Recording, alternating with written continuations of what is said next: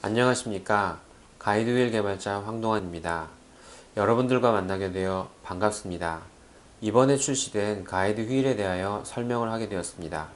강의라고 생각하지 마시고 편안한 마음으로 들어주시기 바랍니다. 임플란트 치료의 성공에 관여하는 요소는 크게 다음과 같이 세 가지로 구분할 수 있습니다. 즉, 수술을 받을 환자, 수술을 통하여 환자의 구강 내에 자리 잡을 픽스처와 그 상부 보철물, 그리고 이 두 요소를 조합해야 하는 수술입니다.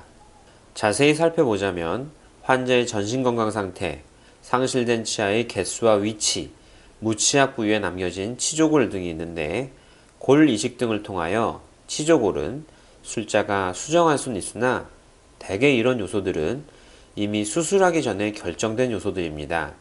또한 사용할 픽스처의 종류나 크기, 상부 구조물의 종류 등도 수술 전에 술자가 이미 결정해 놓아야 할 문제입니다. 수술 시 술자는 본인의 경험이나 감각 등을 이용하여 수술을 진행하게 되는데, 임플란트 치료 중 술자가 가장 많이 관여하게 되는 부분은 바로 픽스처를 삽입하는 수술 그 자체이며, 임플란트 치료의 많은 부분이 이 수술 과정에서 결정됩니다. 역사적으로 볼 때 임플란트 치료에 관련되어 지금까지 다양한 논쟁이 있었는데, 이제는 오세오 인티그레이션의 바이오로지 컨셉이나 픽스처 디자인에 대해서는 대체적으로 결론이 내려진 상태라고 봅니다. 요즘 출시되는 픽스처 중에서는 오세오 인티그레이션이 안 될까봐 걱정해야 되는 제품은 없다고 봐야겠죠.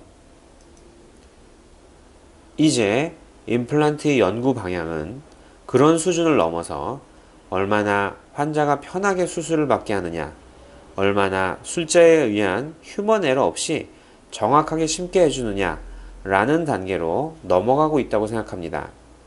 아까 말한 세 가지 요소 중 환자에 있어서는 전신병력상 문제가 없고 술자가 잘 심어주기만 한다면 픽스처에 의한 문제는 이제는 거의 발생하지 않는다 라는 거죠. 임플란트 수술의 궁극적인 목적은 그 위에 크라운과 같은 상부 보철물을 만들어서 기능을 하도록 해주는 건데, 이렇게 해주려면 수술의 전체 과정 중에서 어떤 과정이 제일 중요할까요? 제 케이스입니다. 20번 때 6번과 7번이 발치된 케이스입니다. 26, 27 부위에 루틴한 수술 과정을 거쳐서 임플란트를 심었습니다.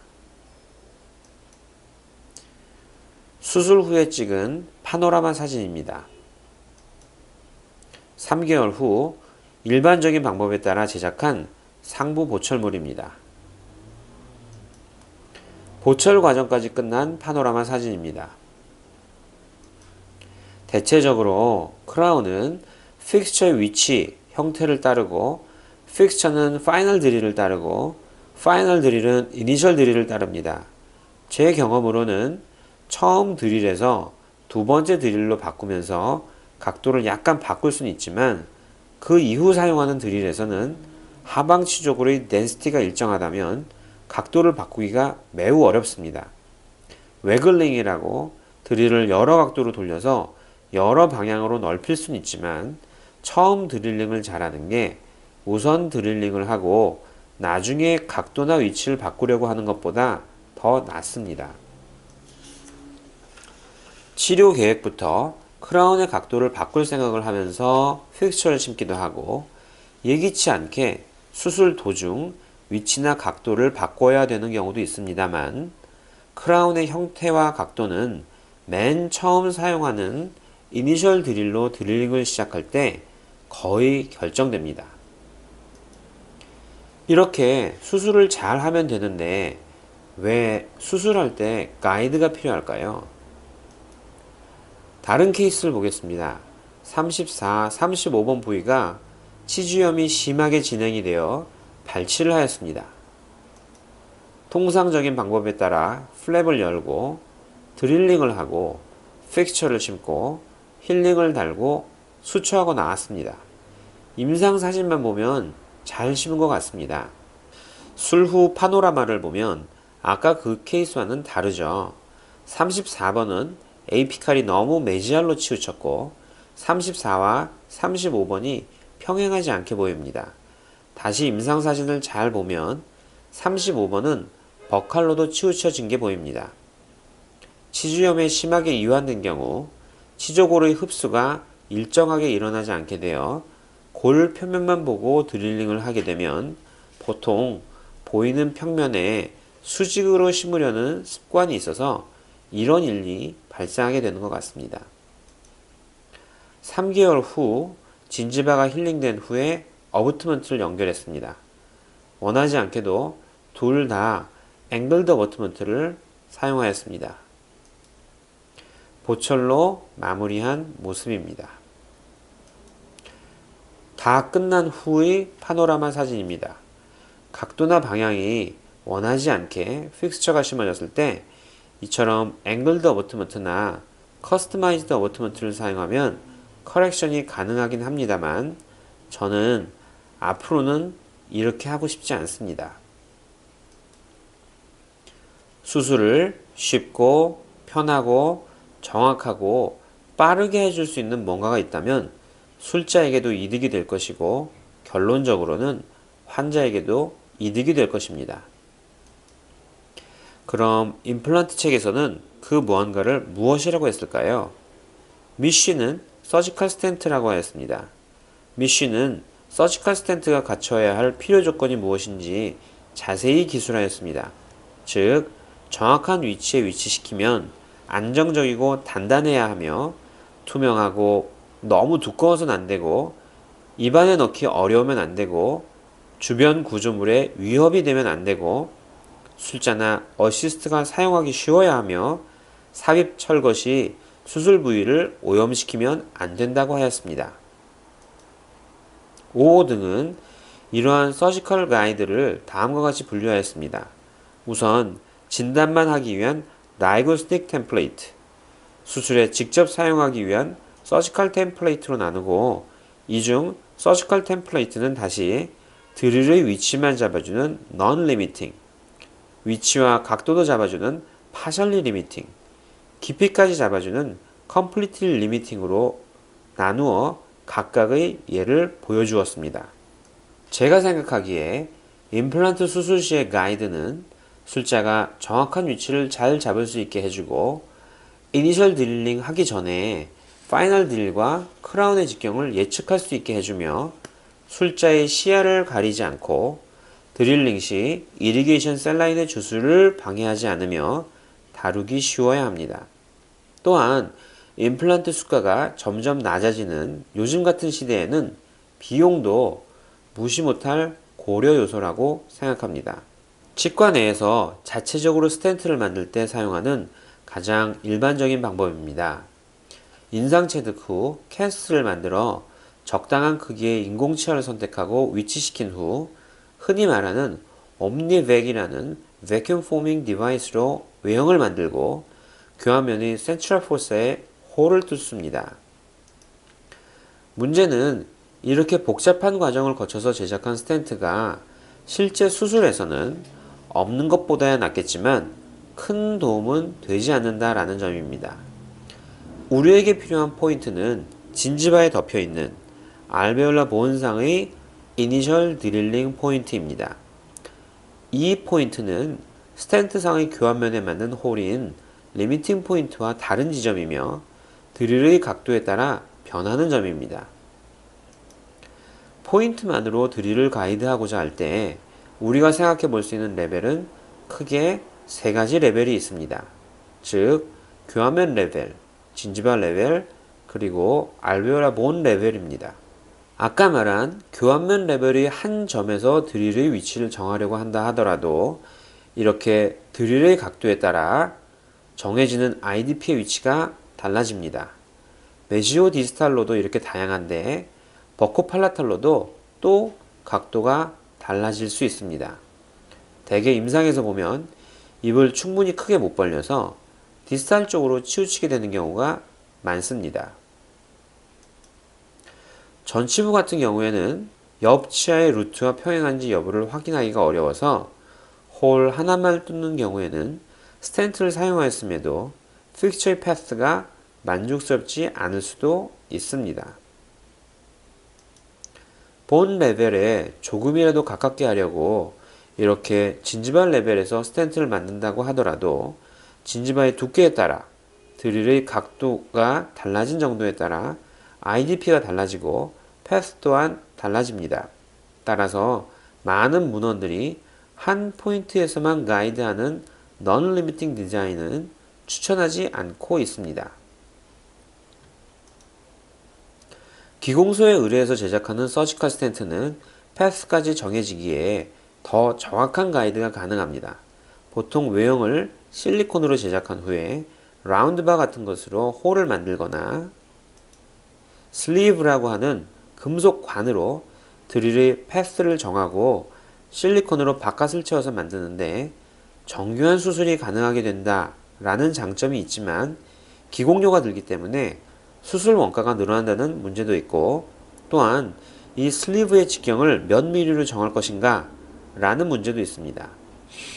드릴의 직경과 너무 차이가 안 나면 드릴이 돌면서 스텐트의 레진이나 슬리브의 금속을 갈아먹을 것이고, 차이가 너무 크면 그 내부에서 드릴과 슬리브 간에 다시 각도 차이가 발생할 수 있습니다. 기성 가이드 시스템에서 사용 중인 드릴과 슬리브 사이의 직경 차이에 따른 각도에 대한 논문에 실린 그림입니다. 회사에서 개발된 시스템에서도 2.35도에서 6도 정도의 오차를 보인다고 하였습니다. 물론 아까 보여드린 한 점에서만 잡아주는 서지컬 스텐트와는 비교도 할 수 없을 정도로 적은 오차이긴 하지만 기성 가이드 스텐트에서도 이러한 오차가 발생할 수 있다는 점은 이런 수술 가이드를 사용할 때 알고 있어야 할 듯 합니다. 이러한 모든 가이드 시스템이 다 가지고 있는 문제점이 하나 더 있는데 바로 열 발생입니다. 뼈에 고속으로 구멍을 내는 게 임플란트 수술의 가장 기본 개념인데 이 과정에서 당연히 열이 발생합니다. 이러한 열을 식히기 위해 셀라인으로 이리게이션을 하게 되는데 위의 이러한 스텐트들은 핸드피스에서 주수되는 셀라인을 중간에서 막게 되어 드릴링하는 부위에 도달하는 것을 차단하게 됩니다. 한 연구에 의하면 플랩리스로 스텐트를 위치시킨 후 핸드피스를 고정하고 드릴링을 하게 되면 이리게이션을 하면서 드릴링을 했다 하더라도 골 내 온도가 조건에 따라 32도에서 47도까지 올라가게 된다고 합니다. 물론 이 본은 다음 더 두꺼운 드릴로 드릴링을 하면서 제거된다고 할지라도 굳이 골내 온도를 높이는 방법은 가급적 피하는 게 좋지 않겠나 라고 생각을 합니다.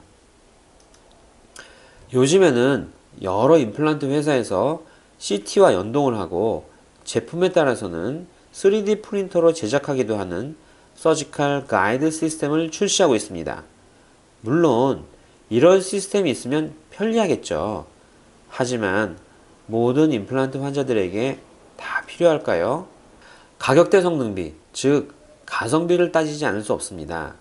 매일매일 멀티플 케이스를 하는 임플란트로 특화된 전문 치과에서는 이런 시스템이 효율적이겠지만 일반 개원이들에게 이런 케이스가 1년에 몇 번이나 있을까요?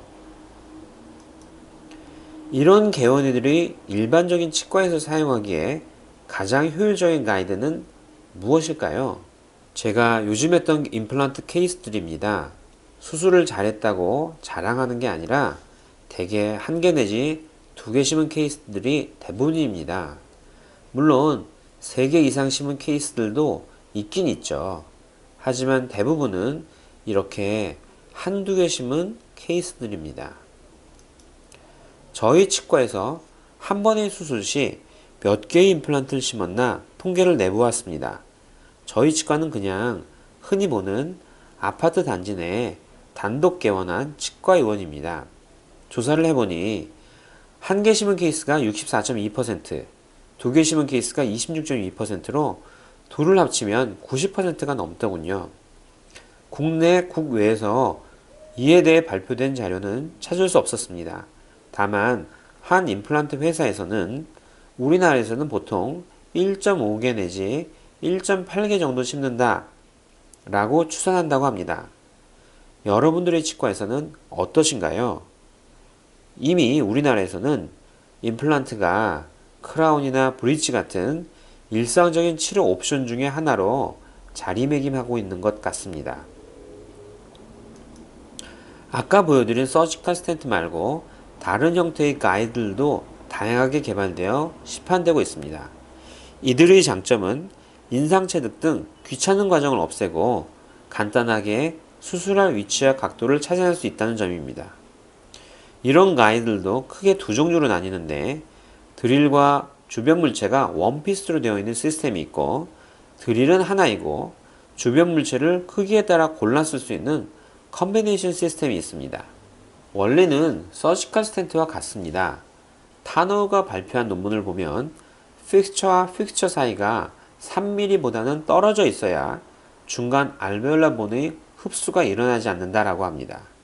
롱텀 프로그노시스를 생각한다면 픽처 사이에 충분한 공간을 확보하는 게 중요하다라는 의미입니다. 너무 멀어도 문제가 될 수 있습니다. 보통 최후방 구치부에서 이런 상황이 종종 벌어지는데 이 파노라마에서 46번을 보면 45번과 너무 멀리 떨어져서 식립되어 있습니다. 이렇게 심고 크라운을 인접치아와 컨택을 맞추다 보면 하방에 음식물이 많이 끼게 되고 오랜 기간 사용 후에는 메시알 칸틸레버 이펙트로 인하여 크라운이 로테이션 되는 경우가 있습니다. 이 케이스의 임상사진입니다. 로테이션 되는 크라운을 교환면과 현면에서 본 모습입니다. 이런 케이스에서는 제거하고 다시 심는 게 가장 좋지만 여건이 안 될 경우에는 뒤에 하나를 더 심어 브릿지로 만들거나 아니면 이처럼 인접치아와 컨택을 맞추지 말고 칸틸레버 이펙트를 줄이기 위해 사이즈를 적게 크라운만 재제작하는 것도 한 가지 방법입니다.